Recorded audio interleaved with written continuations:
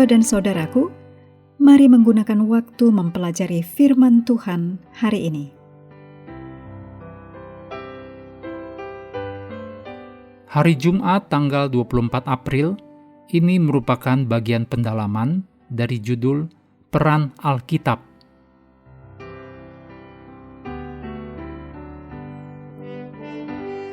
Kita mulai dengan doa singkat yang didasarkan dari Lukas 11 ayat 28. Yang berbahagia ialah mereka yang mendengarkan firman Allah dan yang memeliharanya. Amin.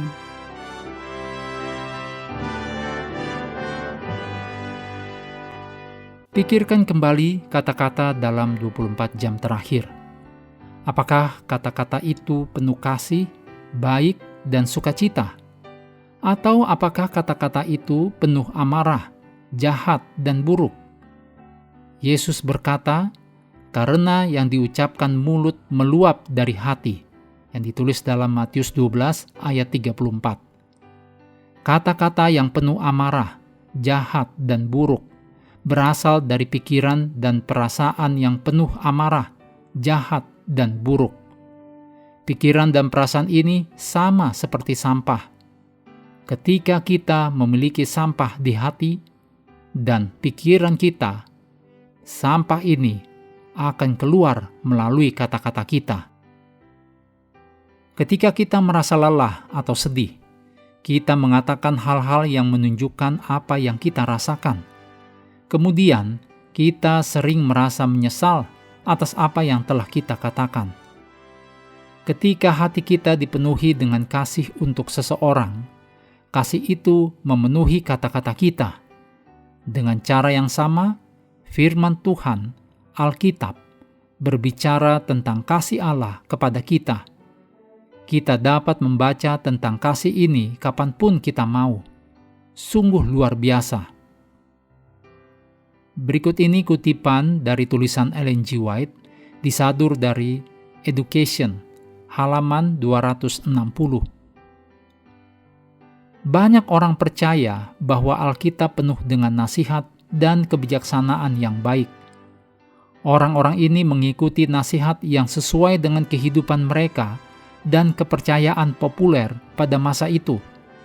Tetapi gagasan ini tidak sama dengan menerima Alkitab sebagai firman Allah yang hidup. Firman ini adalah hidup kita. Alkitab harus mengendalikan tindakan, perkataan, dan pikiran kita. Jika orang Kristen percaya bahwa Alkitab bukanlah firman Allah, mereka sebenarnya menolaknya. Penolakan mereka adalah alasan terbesar mengapa kaum muda tidak percaya pada Alkitab dan tidak setia kepada Allah.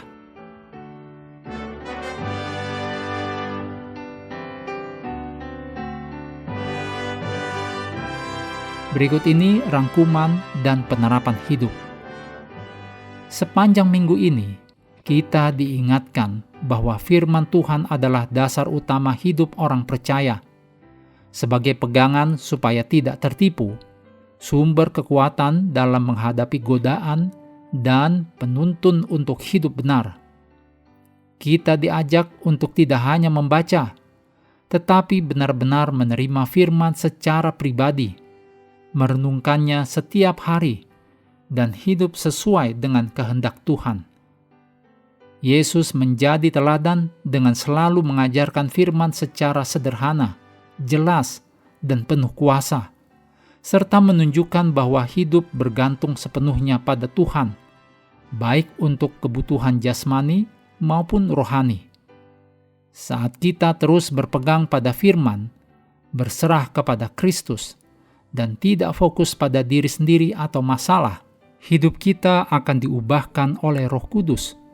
Karakter kita dibentuk menjadi seperti Kristus, dan kita dimampukan untuk tetap setia menghadapi ujian akhir.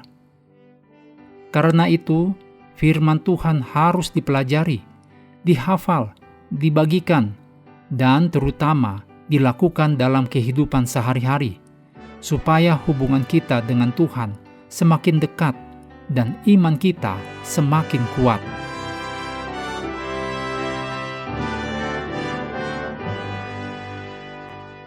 Menutup pelajaran hari ini, segala pujian kita naikkan hanya kepada Tuhan yang telah memberikan Roh Kudus untuk menyertai dan mengajari kita firman kebenaran.